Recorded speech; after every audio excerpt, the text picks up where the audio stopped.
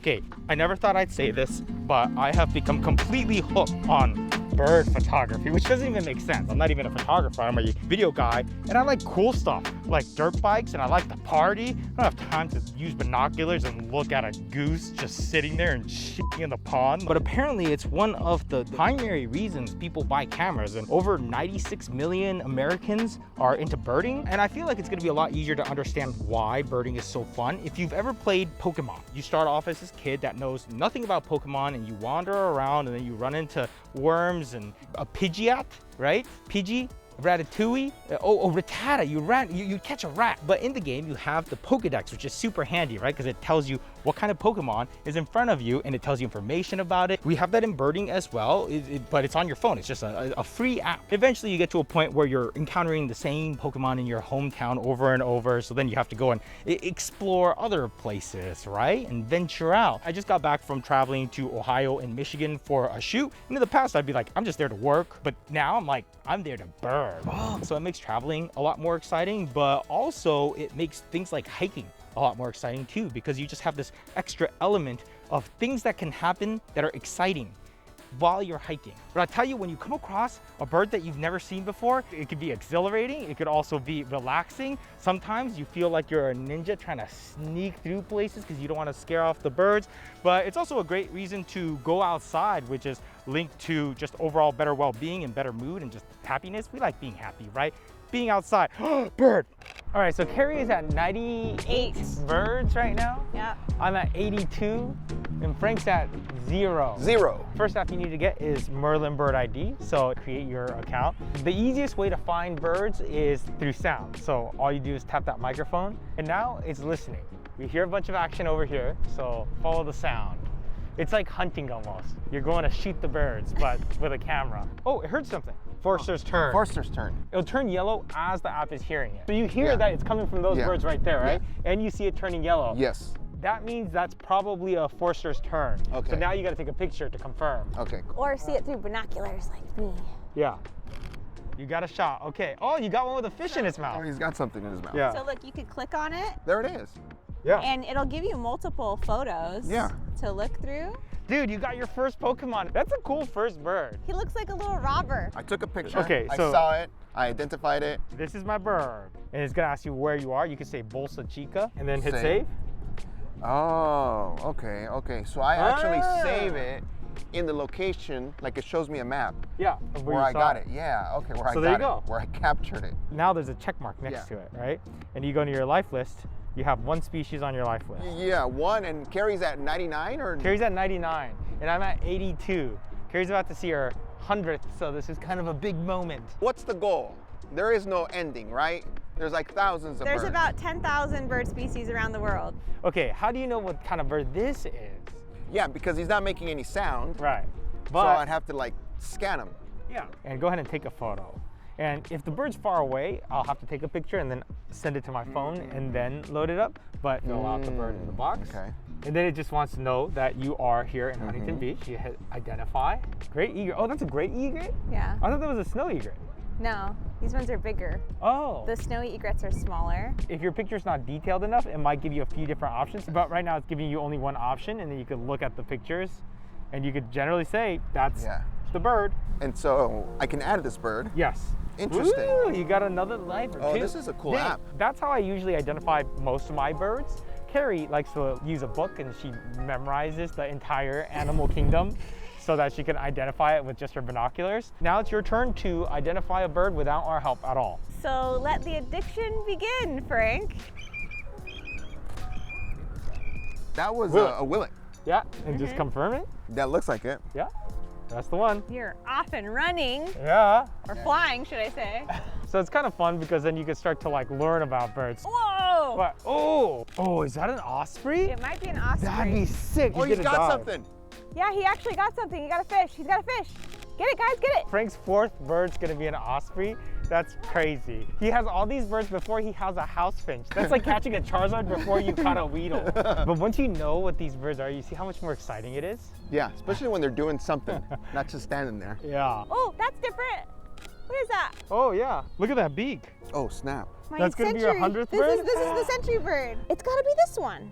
a black skimmer. Oh, that is it. Yeah. Whoa, that's a crazy looking bird.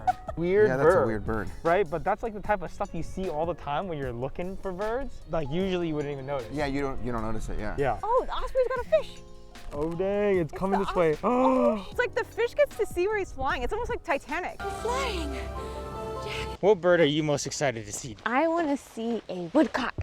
A woodcock? Yeah, he's very plump and round, and he's the one that like does this, Oh yeah. and he goes meep. Birding is kind of the gateway to nature photography. We'll come out looking for birds, but then we'll see deer or jackrabbits. Otters. That's so cool. They're just hanging out there. First I thought they were birds, but then I saw their little flippers coming out of the water. What is he What's he eat? doing? He's eating something. He's eating a crab. Oh my Oh, god. yeah. Actually looks pretty vicious. Otters are vicious. It's a reminder of how gnarly nature is. They're in survival mode 24/7. You know what Carrie's very first photo ever was for bird photography? 2 Cooper's hawks mating, and one had a kill. Romantic dinner, I guess.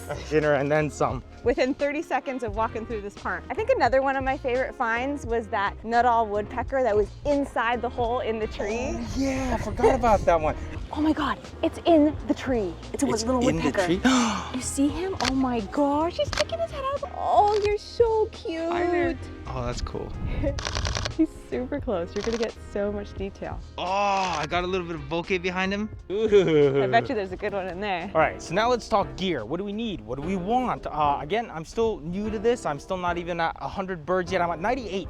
Today, I might hit 100, but anyways, if you are an expert birder, please let me know if you have any recommendations on the setup. But right now, I'm using the Sony a7 IV with the 2-600mm. I honestly thought Carrie was a little crazy at first when she said she wanted this lens because this was her idea, honestly. But maybe a 2-600, I could have something that's kind of unique. And honestly, ever since we got this lens, I've been using it on a majority of my shoots now, especially when you pair it with like the Sony FX3 and the 4K 120. Like, oh my God, everything just is so dramatic, and really excited about this lens, honestly. Also, we got a teleconverter. This is the 1.4x. So basically this turns it into like up to a 840mm. I'm kind of meh about this teleconverter, honestly. It's good, it's clear. It's just, it definitely makes the autofocus less reliable. So definitely the 400 to 800mm is now on our radar, because birds are tricky to get. Because first of all, you need really fast autofocus because they're flying fast, and then they're flapping their wings, so you need a fast shutter speed, and you need a super telephoto, which means a slower lens generally. But there's also that 400mm f2.8 prime lens. Oh, but it is $13,000. Oh my gosh. So yeah, birding can definitely get super expensive, but it doesn't actually have to be. I mean, really, this all started when I got Carrie a pair of binoculars for our anniversary, pair of Knox Provisions, not sponsored, but I would totally be down. And then she started buying all these books, and now she's like 2-600mm, let's get it. So I mean, hey, having a wife that's down to buy gear, hey, cool. I think Canon also makes this kind of like monocular style thing, which is a 400mm that zooms into 800mm. I haven't tested it, so I don't know if it's any good or not yet. And then Nikon makes this $1,000 camera with this built-in lens, but it zooms to like a 3000mm or something. That I need to try out. That sounds crazy, a 3000mm? Actually, SmallRig even makes a super telephoto lens that you could attach onto your phone, which I still have yet to test, but that sounds kind of interesting. If you're already a subscriber of this channel, most likely you already have some sort of camera. It's just a matter of putting a lens on there. A lot of people recommend at least a 300mm, although you can really do it with any lens, really, but then that just means you have to get a lot closer. Also, you might have noticed that I have the Insta360. This is the X5, the newest one. Love this one because it has replaceable lenses, and it's how we filmed a majority of this video, actually. Reason being that it's going to be kind of unreasonable for me to actually try to vlog while we're out birding because my hands are pretty full when I'm holding this camera. This lens has this foot mount, but basically I would invert that so it's upside down, and then I got a SmallRig quarter 20 arm. So I'll be getting some shots like this, and notice whenever I bring the camera down, like the Insta360 is kind of like in front of me now. And honestly, it's been kind of a nice stealthy way to vlog, just recording my reaction as well as what's in front of the lens. And I'll have this in a 30-second pre-record setting, because usually it could be like 30 minutes straight of just and nothing happening, right? You know, so I don't want a ton of footage. So 30-second pre-record means that it's kind of just buffering. And then whenever a bald eagle flies out of the bush and attacks us, that's when I can hit this and it would capture from there on, but also it would keep the last 30 seconds. I do need to get a strap still. I hear a popular one is Black Rapid. I haven't tried it yet. If you have any recommendations, again, please let me know down there in the comments. So I'll just walk around with this setup for photography, or of course, the Tribex tripod if I'm trying to record video or long exposure when we heard some owls. Can you learn how to photograph owls? Like, how do you do it when your lenses are f8? So we're gonna do a 13-second exposure. And good thing that the Tribex tripod is so stable and grounded, so for long exposure, even when it's kind of windy, it's nice and stable. Link in description. Just enough time. 30 seconds. What? It's like a whole little owl family. Is that cool? How do I zoom in? They're looking straight at you. I know, they're like, what? Take a picture of the bird on the truck over there. That might be. Is that a creeper? We might have a lifer here. He's just walking vertically like that. Feel like this is a white-breasted nuthatch. Creeps along tree trunks and branches, often upside down. This will be my 99. And you were just about to say we should turn around. The beauty also is if you go out birding and you don't see anything, you get like an amazing hike out of it. You feel good when you're outside, getting a decent workout. This isn't like an intense workout or anything, but I am, in zone 2 for my heart rate. Tons of benefits there if you get your heart rate into zone 2. So I'm trying to make that a habit of at least trying to get into zone 2 at least once a day. But also, when we tell our friends that we like to go birding now, I think one of the first questions they ask usually is like, where do you go birding? And I feel like you could kind of go anywhere. We've birded on the side of the road, in a parking lot. The Cheeto eating sparrow. Anywhere where there might be birds. But if you're trying to look up some spots you should go birding, eBird is a good app for that. It shows you how many birding locations are nearby, and it really gives you an idea of how big the birding community is. Oh, I might get my 100th bird today. There's a titmouse around. This is where it starts to get kind of intense. We know there's a lifer nearby. We don't want to scare it off. Oh, look at all these goats. Should we walk by them? Honestly, all wildlife is so cool. This isn't wildlife, babe. This is someone's farm. That's true. All animals are cool. Yeah. The parkour goat. Oh my gosh, Carrie. Shut up. A bald eagle. Okay. Imagine if a bald eagle was my 100th bird. That'd be insane. Yeah, it kind of came from like back here, that direction. Yeah. Oh my gosh, that'd be crazy if I saw a bald eagle for my 100th bird. That'd be so awesome. Forget the titmouse. We did not get the bald eagle, but I did get my 100th bird. I got it. A Rufous Crowned Sparrow. It's a little anticlimactic, but I love that you take everybody else to these beautiful parks, and we're taking Dylan to the LA River. this has been a dream of yours to become a birder one day, right, Since Dylan? I was 12 years old. For those of you who are familiar with Los Angeles and the LA River, you know that it's not this like beautiful, majestic landscape in Terminator. It's where the semi-truck like jumped off and it was chasing the kid on the dirt bike. But randomly, we just found out that there's certain patches such as this where there's actually trees and green. It's kind of weird. I'm a little scared to go in there. We got our birding hats. I got, I ended up getting a Black Rapid strap. I ended up going for like the straight one, but you know, it's kind of nice. It's like the strap sits here.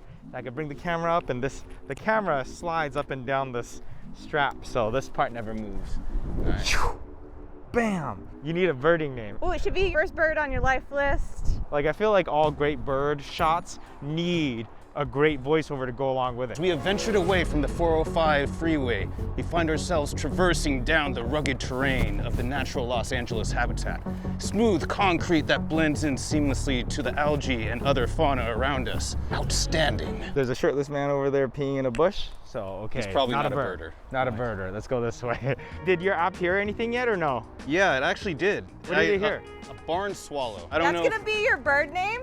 Barn swallow. Well, I don't know if we gotta wait for like the next bird. Yeah, that's kind of a question. How did you find specifically the LA River? This app eBird, I can circle like an area and I can sort it by what's the most popular in terms of the most species found. And apparently this part of this LA River is actually pretty high up there. You'll find birds and People maybe smoking fentanyl. It's a whole zoo. There's birds that'll eat fermented berries and they'll actually get drunk. Oh, damn. Oh, What about hey. these dudes out here? Okay, for birding, you're not supposed to walk straight towards the bird. You're supposed to zigzag to not scare them off, okay? You got a serpentine? Dude, there's a fish in here. Oh, yellow warbler. I got a fourth one. Oh yeah, yellow warbler. That's the one that's over there that's like Yeah, dude, this is like Pokemon. If you remember the original one, each Pokemon has like a little sound. Do we go try to find my favorite desperate. bird, a pigeon? Yeah, where do we go? Parking lot? But yeah, let's go. Yeah, trash can. Yeah, so what's cool about pigeons, Gene? So these are rock pigeons, so they're carrier pigeons. Take them wherever, and then they'll find their way home. Kind of like how cats always end up face up. These ones will just always go home. Yeah, they can cover a lot of ground. It's actually kind of crazy. They used them in World War II. Yeah. Really? There was even a pigeon who got some type of military award. I mean, we have cell phones now, so. Okay, so this is just obsolete technology we're looking at run amok. You gotta do the thumbnail, you know? I got the hat on, I got a matching safari shirt, you know? You guys wanna know what actually my favorite thing about birding is? It's what made Carrie really into cameras. Look at that. Like, you love cameras now. Cameras that could take pictures of birds. She's the one that's telling me we need to go buy different cameras. She's like, please, can we get the 4-800? Maybe Santa will bring me an A1 Mark II. 50 megapixels. I could zoom in like for days and still have detail. But maybe you were born to do this. I've taken a lot of bird photos, but my favorite shots are from Carrie. Honestly, like the heron you did on your like second shoot. She barely understands ISO. And she's like taking these like beautiful pictures. You just have to learn some of the technical stuff, which of course I can teach you.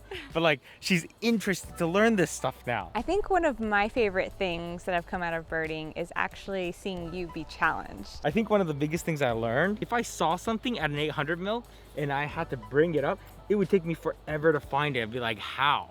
But I've just gotten so much better at being like, oh, I see a dot over there. And I just know exactly how to bring the camera up to my eye. Like a month ago, I'd be like, whoa. But now it's just like, oh, I'm trying to get a shot of that bird, bam! And it's like perfectly right there in the center of the frame, bam, bam, bam.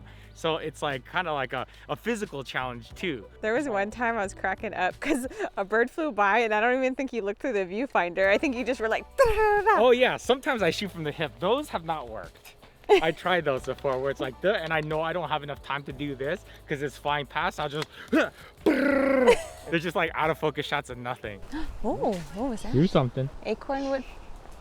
No way, a parakeet? Is that somebody's pet that escaped? While Carrie and I are just doing normal everyday stuff and we hear some bird sound that is unfamiliar to us, we completely stop everything we're doing. That's not something that I ever expected out of the future self, but that's what makes life so fun, is you just go and like explore new things all the time that you never thought you would maybe even be interested in, and then you start digging into it and then you start unraveling it. Some of it fun, some of it not so fun, like brood parasiting. They lay their eggs in other birds' nests and then those other birds hatch it and raise it and feed it as if it was their own, but this brood bird always outcompetes for food and eventually is way bigger than the mom, and it's scary. Stuff like this is just like happening maybe in your yard and you have no idea. It's fascinating to just like understand that much more about nature. Anyways, we're gonna go look for some more birds. Thank you so much for